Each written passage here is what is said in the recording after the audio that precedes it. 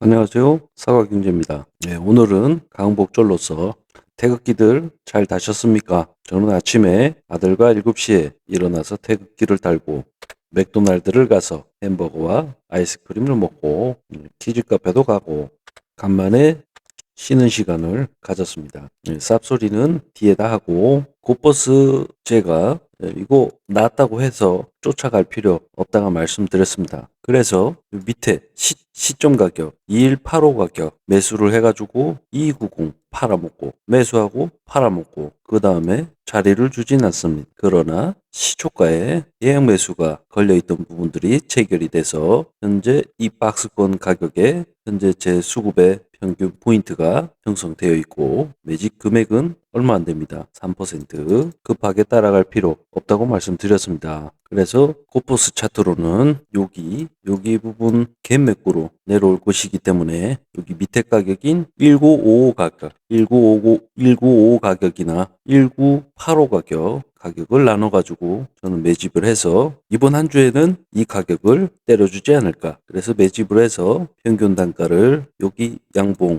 요 가격 정도 얼마인지 봅시다. 시초가 2005 평균 매집가를 2,000원대로 맞춰놓고 그 이상의 요 수급선들 터치하는 거를 보고 매도를 하는 전략으로 가져가도록 하겠습니다. 코스피 차트입니다. 코스피 차트 2,400원대 지지를 하고 반등은 있어도 추세 상승 2800 가격을 넘어갈 부분은 없다고 말씀드렸습니다. 그래서 2719 코스피 기준 2719 가격을 닿았을 때 하락이 추가적으로 나오지 않을까. 그래서 저 같은 경우는 2719 가격에 강한 매집으로 코버스 매집 들어갑니다. 삼성전자 차트, 코스피 차트와 다를 바 없이 79600 가격을 때리고 강한 하락이 나올 거라고 판단을 하고 코버스 매집을 삼성전자 79600 때리면은 매집을 강하게 들어간다. SK하이닉스도 22만원대 그리고 15만원대 중간 가격인 한 19만 5천원 정도 이 가격 정도가 왔었을 때 본격적인 추세 하락이 나올 것이라고 판단한다. 그리고 파라다이스 현재 실적이 1분기인가 2분기인가 그 부분들이 부진하다 보니 현재 이 차트 흐름을 만들어냈다고 언론에서 지금 떠들고 있는데 그런 페이크가 기회입니다. 그리고 현재 일본의 난카이 지진과 폭풍으로 현재 중국인들이 일본에서 탈출을 하지 못해가지고 아우성이라고 그러더라고요. 그래서 일본에 여행을 계획했던 중국인들이 어디를 보겠습니까? 한국을 보지 않을까? 그래서 아무튼 파라다이스 저는 장기 투자 종목으로서 10,000원대 가격이라면 엄청난 매력적인 포인트라고 생각을 합니다. 그러나 원칙 매매로서 12800 1980, 1490 가격에 닿으면 몰파를 해주고 재매집을 할 것입니다. 그래서 만원대로 박스권 14,950원대 박스권 매매를 해주시고 지지를 했었을 때 들고 가보는데 깨트린다 그러면은 일부를 팔던가 전체를 손절을 하던가 그리고 만원대 부분까지 핸들링을 해줍니다. 현재는 그런 포지션인 것이고요. 그렇게 파라다이스 장기 투자 종목임에도 불구하고 핸들링이 저에게 없습니다. 파라다이스 주포들이 언제 떼어줄지는 모릅니다. 그렇기 때문에 저는 샀다가 적당한 가격이 오면 털어주고 그 가격을 지지한다 그러면 다시 샀다가 올라가주면은 좀 털어주고 그래서 저 같은 경우는 장기 투자 종목이지만 파라다이스 수익이 가장 좋습니다. 두산에너빌리티 18,500원대 지지 저항을 막고 지금 올라갈 수 있나 말아야 되나 그 고민을 하고 있습니다. 그래서 14,500원대에 다시 왔었을 때 재매집한다면은 이 박스권을 치고 18,500원에도 팔아먹을 수 있고 21,700원에도 팔아먹을 수 있고 장기적인 플래너로서는 현재 18,000원인데 대략 10배 18만원 그리고 30만원 몇 배치를 먹을 수 있는지 모르겠지만 10년 안에 14만원대를 올라간다 그러면 30만원대까지도 가능하다고 보여집니다. 그리고 강복절인 만큼 쌉소리를 나라를 위한 쌉소리를 조금 할 텐데 일전에 현 정부는 국민들이 좌우를 따질 것이 아니라 기득권과 국민들의 대결이라고 말씀을 드렸고, 대통령을 뽑는 그 자리마저도 기득권은 퍼센테이지로 따져봤자 1, 3%밖에 안 될 텐데 선진화되었다고 생각했던 대한민국이 한순간 필리핀 또는 중국보다 못한 후진적인 정치적인 판단을 가지고 있는 국민들이 대다수라는 부분에 있어서 실망을 했던 부분들이 있었다고 말씀드렸습니다.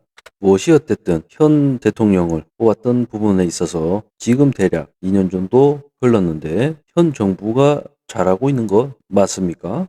지금의 현 정부 이태원 사태 이것으로 대한민국에는 수많은 전문직, 전문성을 가지고 있는 공무직들이 상당히 많습니다. 그러나 현 정부는 검사를 제외한 모든 기관과 전문직들을 바보 병신으로 보고 있습니다. 이태원 자사로 인해서 경찰 쪽은 거의 식물인간 상태가 되었고요. 소방 또한 다를 바 없이 한 방에 무너졌습니다. 그리고 우리나라에서 제일 똑똑할 수도 있다고 생각을 하는 의대를 향해서도 현재도 진행 중이지만 타협 없는 2,000명 증원으로 인해서 결국 고통을 받는 건 국민들입니다. 이 의대 정원 2,000명 늘리는 부분에 있어서도 정부가 까라면 깔 것이지 뭔 말이 많으냐 이런 형태로 지금 진행되고 있는 것이고요. 그나마 이태원 참사 때 경찰과 소방 쪽에 무너진 부분에 있어 가지고는 상당하게 대립을 하고 있는 부분이 있습니다. 그리고 현재 최상병 사건은 어떻습니까? 대한민국 남자라면 대부분의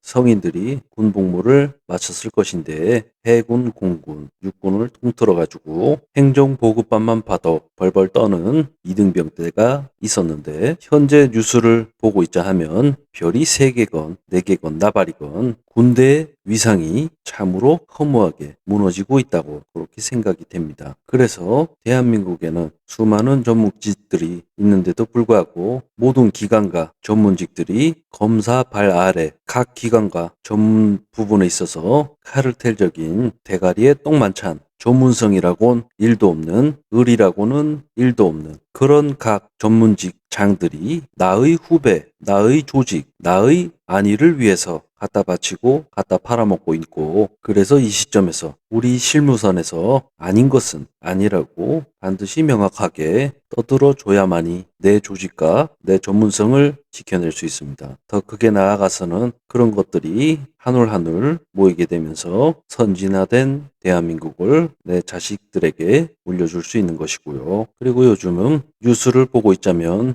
아주 화병이 나서 돌아가실 정도입니다. 마음 같아서는 당장 달려가서 무엇이라도 쪼개버리고 싶을 정도로 되도 않은 것들이 자꾸 왜 장자리에 앉아서 설치는 것인지 이해를 할 수 없습니다. 그리고 이것은 스탠다드 앤 푸어스 S&P에서 한국의 부채가 적자 재정 기조가 상당히 안 좋은 부분으로 체킹이 되고 있다고 방송을 하고 있는 뉴스가 되고 있는 내용입니다. 현재 대한민국 주요국 GDP 대비해 가지고 정부 부채 비율이 가장 빠르게 많이 늘어나고 있습니다. 현재 관리재정 수지 작년에도 83억, 현재 반년치 됐는데 거의 100억대, 100조 원가량 적자가 발생을 하고 있습니다. 그래서 현 정부가 들어서자마자 먼저 한 게 무엇입니까? 부자 감세를 해주지 않았습니까? 이것만이라도 안 했어도 현재 엄청나게 힘들 자영업자들이나 서민들에게 25만 원 정도는 껌 아니겠습니까? 그 풀어주는 게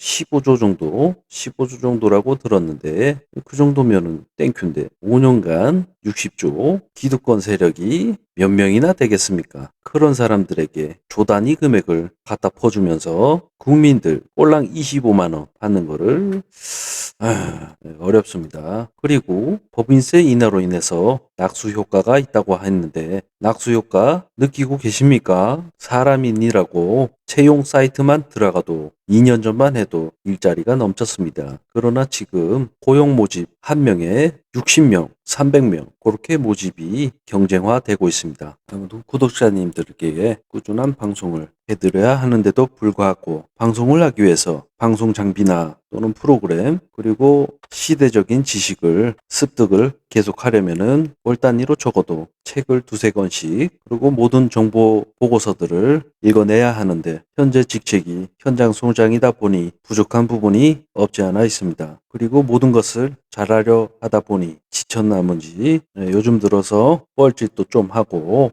약간의 탈선의 길을 걸었던 것 같습니다. 다시 마음을 가다듬고 한 달에 서적을 5권 이상 견제적 서적을 읽어나갈 것이고 보고서들도 다시 열심히 즐겨서 챙겨보도록 하겠습니다. 아무튼 우리는 투기를 하려고 하는 것이 아니라 진정한 투자, 직장인 투자, 쉬우면서도 간단하면서도 꾸준한 수익을 이뤄나가는 집단이 되었으면 합니다. 그리고 현재 8월 16일부터 디딤볼, 버팀목, 즉 집 사는 거랑 전세 대출의 0.2에서 0.4% 이자가 상승을 합니다. 금리를 낮춘 다음에 금리를 왜 올려? 이럴 가능성이 있는데 그거는 CD 금리가 조정이 있는 것이고 현재 버팀목, 디딤목엔 정부에서 보존을 해주는 즉 우리 세금으로 보존을 해주고 있던 금리 할인 부분들이 있습니다. 그 부분을 지금 LH 또는 주택기금에서 운영을 하고 있는데 현재 거의 예산이 바닥이지 않겠습니까? 그렇다 보니 발을 빼고 있는 것이고 9월달 되면 DSR 50% 적용이 되는 부분에 있어서 은행들은 너나 나나 가상금리를 인상할 것입니다. 이 모습은 마치 2023년 10월달부터 12월달 집값이 반토막 냈던 그 시점이 도래한 것은 아닌가 그렇게 판단을 합니다. 저의 고버스 투자, 환율의 상승, 모든 자산의 가치가 하락한다는 관념은 변화가 없습니다. 단지 현 정부가 그 부분들에 있어서 시일을 늦췄을 뿐인 것이지 대한민국의 수많은 폭탄들은 대한민국 정부가 창고에 차곡차곡 쌓아가고 있는 형국입니다. 기득권들은 이 틈을 노려서 한탕을 해먹고 해외로 도망갈 궁리를 하고 있는 상태고 기업들 또한 현 바보 정부를 등에 업고 꿀만 쪽쪽 빨아먹고 해외로 나가고 있는 한국입니다. 대한민국은 국민이 주인이라고 이야기를 하더라고요. 그런데 지금쯤 보면 대한민국은 껍데기만 국민들 것이고 속살은 기득권이 다 숟가락으로 박박 퍼먹고 껍데기와 국민들은 어디다가 팔릴지 모를 그런 정신 나간 국가관이 형성되고 있는 씁쓸한 대한민국이 되는 것 같습니다. 방송은 여기까지 하겠습니다. 감사합니다.